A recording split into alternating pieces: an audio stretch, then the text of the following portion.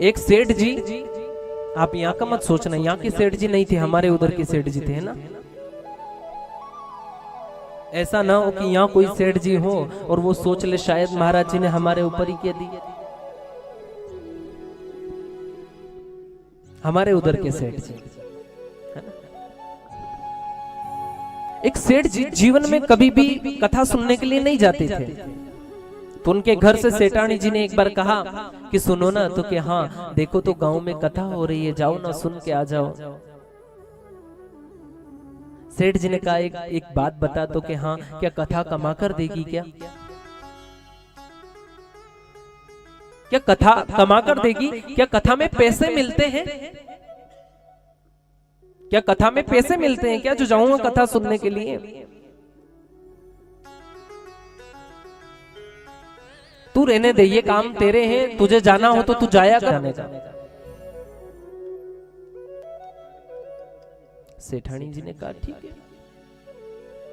2 दिन व्यतीत हुए, 2 दिन के बाद फिर कहने लगे सुनो ना, तो कि हाँ कथा हो रही है, बहुत अच्छी कथा हो रही है, आप चलो ना। तो कि महाराज जी मैं जैसे ही पंडाल में जाऊं और महाराज जी को कहना पड़ेगा आओ साहब, मेरा आदर सत्कार करना पड़ेगा, मैं गांव का सेठ हूं। सेठानी ने कहा अभी ये कहां से बला आई? और सबसे बड़ी व्याधि ही उपाधि।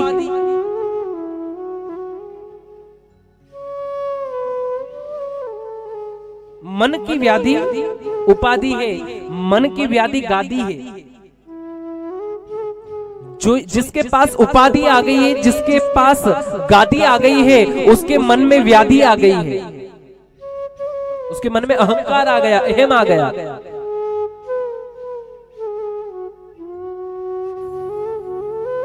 उसके अंदर अकड़ता आ गई, वो झुकना नहीं जानता है।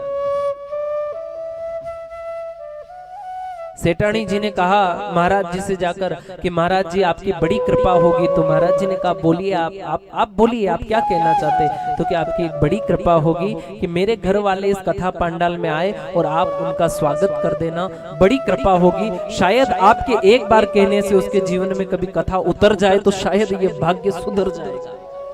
नहीं तो कहते हैं कि पति के बिना पत्नी का अब पति ने तो जीवन में सत्संग किया ही नहीं है, तो मेरा किया हुआ सत्संग किस काम का है? फिर मेरा किया हुआ सत्संग किस काम आएगा?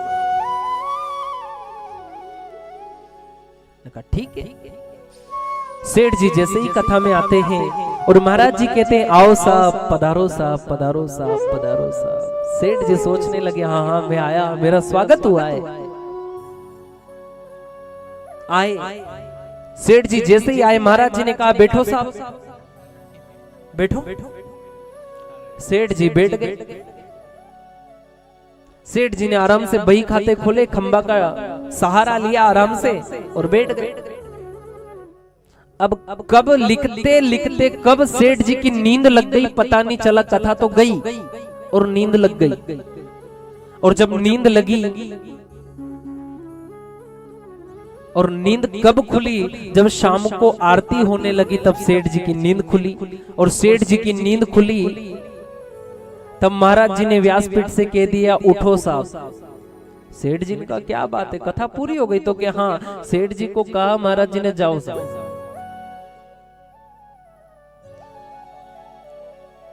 सेठ जी ने अपने बही खाते संभाले, डायरिया संभाली, सारी कपड़े में लपेटी और लपेट करके दबा कर चल दिए सेठ जी। घर गए, घर जाकर सेठानी ने पूछा आपने आज कथा सुनी थी? तो कि हाँ सुनी तो थी। तो क्या सुना? तो कि ये सुना था कि आओ साहब। तो कि हाँ। फिर क्या सुना? तो बैठो साहब। तो फिर आगे कथा कितनी अच्छी थी। तो कथा का तो पता नहीं, जाते से उनने कहा बैठो साहब, सहारा आराम से अच्छे से मिल गया तो नींद आ गई।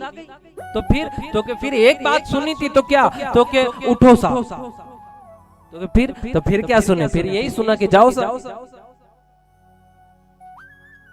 सेठानी ने कहा अच्छे किस्मत फूटे रे, कहां तेरे पाले पड़ी। बड़ी मुश्किल से जतन करके, बड़ी मुश्किल से सब प्रयास किए और प्रयास करने के बाद आपको कथा में भेजा और वहां जाके ही सो गया। यही सुना। सेठानी ने कहा कि ध्यान मूलम गुरुर्मूर्ति,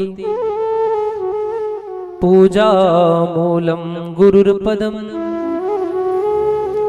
मंत्र मूलम गुरुर्वाक्यम, मोक्ष मूलम गुरुर्कृपा।